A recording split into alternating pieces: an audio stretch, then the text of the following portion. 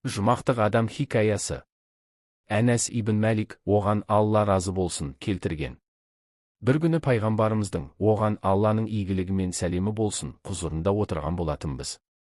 Кенет ардақты елші, қазір араларыңызға жұмақтық бір кісі келеді деді. Сол ақ екен, әнсардан бір адам ішке енді. Әлгі кісінің сақалынан су тамшылап тұр. Аяқ киімін сол қолына ұстапты. Келесі күні Алла елшісі осы сөзін тағы да қайталады. Әлгі кісі дәл кешегі кейіпте тағы да арамызға келіп қосылды. Үшінші күні де айтып ауыз жиғанша сол кісінің төбесі көрінді.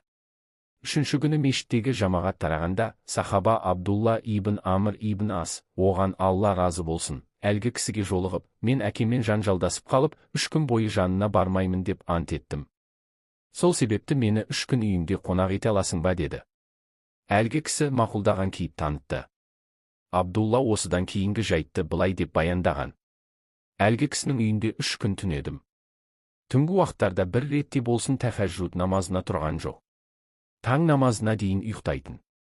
Тек төсегінде ары-бері аунағанда ғана Алланы еске алып, тәкбір айтып қоятын. Бірақ аузынан жаман сөз шыққанын естімедім. 3 түн біткесін, әкеммен арамда қандайда бір реніш жоқ болатын. Алла елшісі мәжілісте 3 күн бойы қазір жұмақтық бір кісіні көресіздер деген сайын арамызға сен келіп қосылдың. Мен саған әдейі қонақ болып, жасаған амалдарыңды көріп, сол амалдарды жасағым келген еді. Шынын айтсам, соншалықты көп ғибадат жасағаныңды байқамадым.